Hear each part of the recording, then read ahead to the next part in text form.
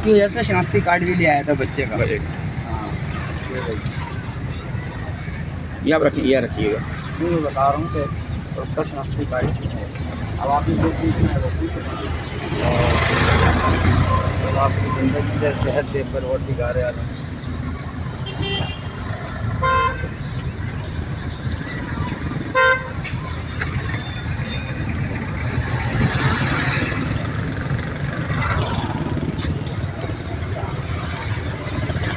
अस्सलाम वालेकुम। बाबा क्या नाम है आपका? मोहम्मद हुसैन। मोहम्मद हुसैन। हुसैन साहब, ये कब से कारोबार कर रहे हैं और ये चावल के आपने दाल चावल का आपने कारोबार किया, क्यों किया? ये यूँ किया कि और कोई मेरे पास हुनर नहीं था उसका टेकने में। तो जब हम वाकई मरने लगे तो हमने सोचा ये है कि ठेला चलाएँ। तो मुख्तलिफ़ काम किए, पाए भी बेचा, बट भी बेची, डब्बू भी किराए पे चलाया और कचौरियाँ भी बेची यहीं सांडे वालों में। फिर उसके बाद जो है हलीम बेचा तकरीबन 7-8 साल। फिर हलीम जब छोड़ा, वाइफ का इंतकाल हो गया, बच्चे मर गए, तो फिर हमने दाल चावल। अच्छा, दाल चावल शुरू किया, ठीक है। अच्छा बाबा, बात ये है कि दाल आप कौन सी ज़्यादा अच्छी चीज़ बनाते हैं? दाल चावल हो गया, हलीम हो गया, क्या चीज़ बनाते हैं? अभी जो है सिर्फ दाल चावल ही बनाता हूँ। अच्छा, दाल दिखाइएगा बाबा तो। अच्छा, इस दाल में क्या ख़ास बात है कि लोग आपके पास ही चले आते हैं, खींचे तले आते हैं? क्या चीज़ रखते हैं आप? इसमें कोई चीज़ नहीं, बस जेन्युइन काम है। अच्छा, इसमें क्या क्या मसाला जात मिले होते हैं? ऐसा नहीं है कि इसमें कोई मिलावट करते हो या किसी किस्म की, नहीं। घी का बघार ज़्यादा करते हैं। और घी का बघार ऐसा है जैसे कि आप दाल फ्राई लेने जाएंगे ना, तो दाल फ्राई का मतलब ये है कि वो थोड़ा सा घी डालेगा, प्याज डालेगा, वो दाल में टेस्ट बढ़ जाता है। इस दाल में क्या क्या चीज़ें मिक्स हैं आपके? इसमें हल्दी है, घी है, लहसुन है, ज़ीरा है, प्याज है। अच्छा, प्याज। ये अच्छा, सब चीज़ें। तो ये तैयार करने में कितना टाइम लगता है आपका? ये हमारे 3 घंटे तकरीबन। और कितने बजे शुरू करते हैं, कितने बजे ख़त्म करते हैं? 6 बजे समझ लो उठ जाते हैं, 9:30 बजे तक फाइनल हो जाता है। फिर उसके बाद बच्चे को उठाते हैं, क्योंकि बता चुका हूँ नाबीना है वो। जी। तो उसको नाश्ता कराना ज़रूरी है। अच्छा। मक्खियाँ की हैं, तो कोशिश में करता हूँ कि उसको नाश्ता दे के खिलाता हूँ और खाता हूँ। अच्छा, ये क्या चीज़ है? ये चावल दिखाइएगा। अभी थोड़े से माशाल्लाह, चावल भी बड़ा है। ये ऊपर क्या, ऊपर चावल पे क्या डाला? ऊपर क्या बघार होता है? बघार। अच्छा, बघार डालते हैं। ये क्यों डालते हैं बाबा? टेस्ट बढ़ता है ना, घी का है ना। अच्छा, घी का बघार होता है।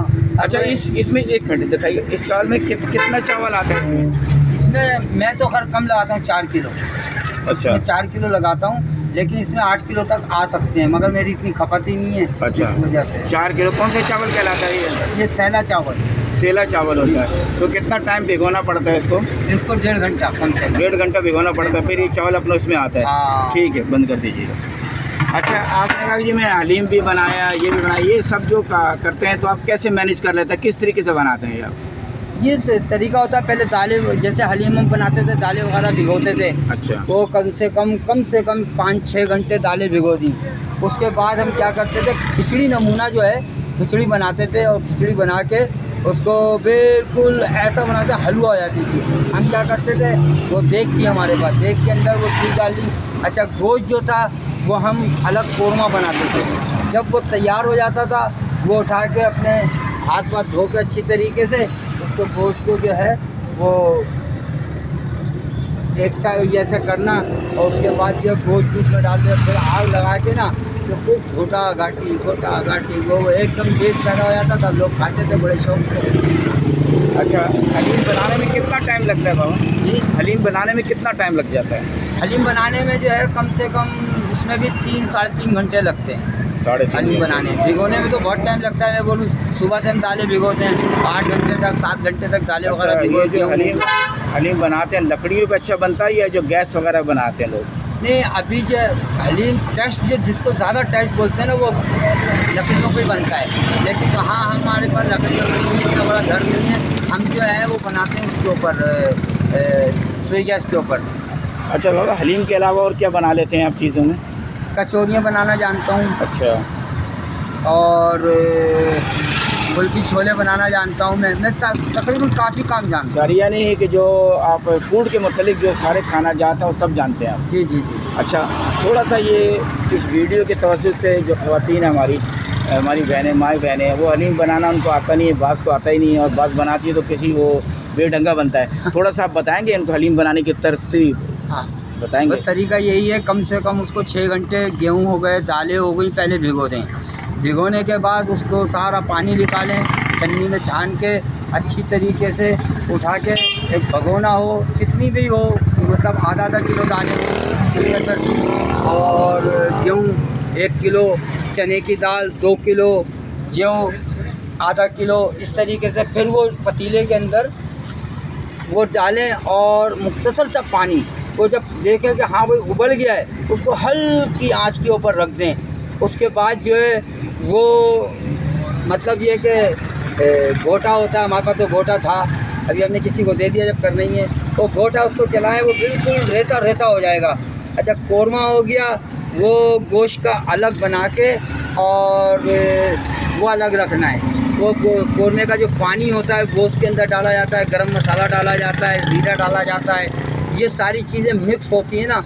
और थोड़ा सा जो है, थोड़ा सा जैसे बताने का तरीका वो होता है चाइना नमक, वो बहुत ज़्यादा टेस्ट पैदा करता है। जब बंदा खाता है ना तो बहुत इसको मज़ा आता है खाने के अंदर कि यार वाकई हाली। चाइना नमक क्या मतलब, ये आम नमक जो होता है वो नहीं है? नहीं, वो तो डालते हैं हाँ। लेकिन चाइना नमक थोड़ा सा डालते हैं, वो टेस्ट बहुत पैदा करता है। वो किस किस्म का होता है वो चाइना नमक?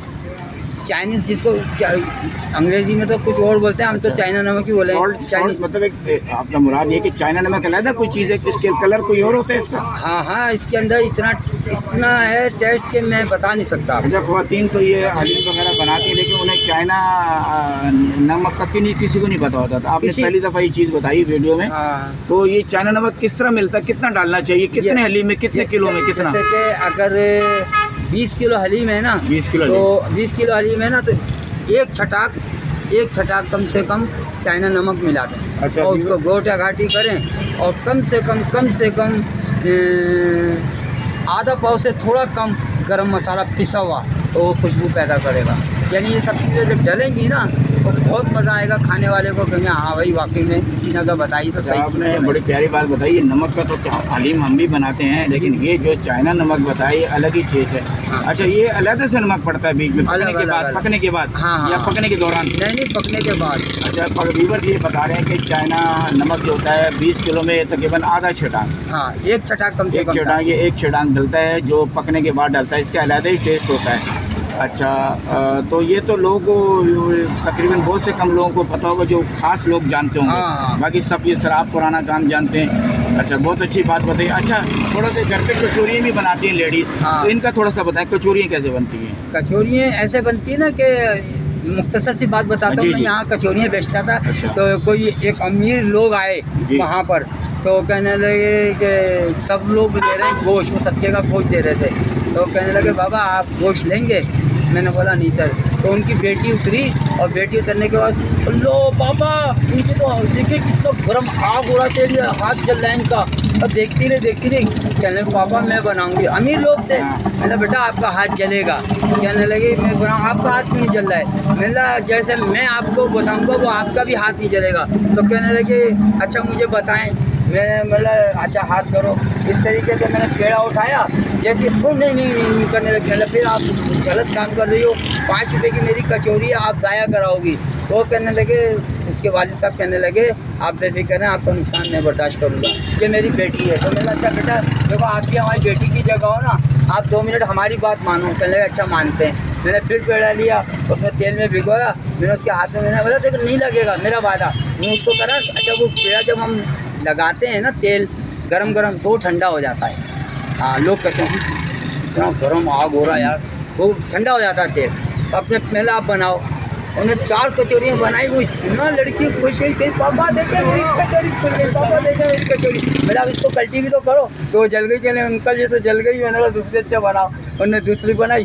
मैंने तेल लेके 4 कचौरियाँ बनाई। मैंने भाई आप ये तो या तो खिलाओ इनको गरीबों को, नहीं तो मुझे 20 रुपये दो। उन्होंने मेरे को कहने लगे आप 50 रखते हैं, 100 रखते हैं। माशाल्लाह, आपकी बातें सुनी बाबा। मोहसिन साहब आप एक खुददार इंसान हैं, आपने अपना कारोबार शुरू किया, इस कारोबार को खिलाया। आप मतलब फूड के मतलब तमाम मालूमात जानते हैं, आपको तमाम चीज़ों को आपने हलीम के लिए आपने जो रेसिपी बताई है बहुत ज़बरदस्त और बेहतरीन है। उसके बाद आपने कचौरी का बताया। तो आप अपना नंबर बताइए कि हमें ज़रा। 0316 आप रुक जाइएगा। 0316 27 27 06 06 342। 342। ये किसका नंबर है, क्या ये नाम है? मेरे बेटे का नंबर है, शेरोज का, जो नाबीना है। ये शहरोज़ का नंबर है। जनाब कोई भी रब्ता करना चाहते हैं मेरे चैनल की तरफ से बाबा से या मोहम्मद हुसैन साहब से रब्ता कर सकता है। ये नंबर आपको ये मैं डिस्क्रिप्शन में भी डाल दूँगा। अच्छा बाबा ये बताएं, इसमें आपको कितनी कमाई हो जाती है इस काम में, कारोबार में? इस काम में देखें, अगर सर मैं तो सुजुकी, अच्छा सर, अच्छा, और अंदर कर लेता हूँ ठेला, नहीं अच्छा, तो मेरा जो है ना, मतलब क्या पूछा आपने? ये कितना कमा लेते हैं? हैं? कितना कमा लेते हैं? हाँ देखिए, ये ऐसा हुआ था, मैं आपको बताऊं मुख्तसर सी बात, कि एक साहब थे, उनको कोई बड़ा कारोबार मिला था, काम मतलब बड़ा मिला था। कहने लगे इसके अंदर तुम, अच्छा, इसमें मैंने कहा, कहने लगे आपकी टोटल सैलरी कितनी होती है, कितना मतलब पैसे का बेचते हैं? मैंने सर 3200, 3400, 3500। कहने लगे ये 3 क्यों हैं?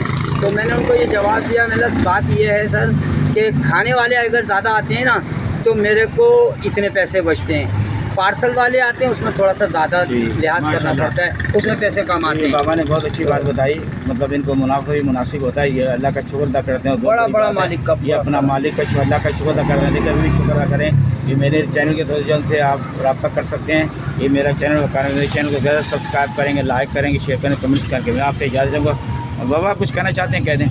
बस क्या कहना चाहते हैं, वही आपको एक मसला बताया था, ठीक है कि भाई वो जो है इंशाल्लाह 100 करोड़ देना पड़ेगा ना, काश अल्लाह पाक ऐसा कारोबार, इंशाल्लाह कोई ऐसा अल्लाह ताला आपके कारोबार की बरकत मुझसे जान दे और छूट आपको जाए। इंशाल्लाह बिल्कुल से भी जान छूटेगी। बहुत शुक्रिया बाबा।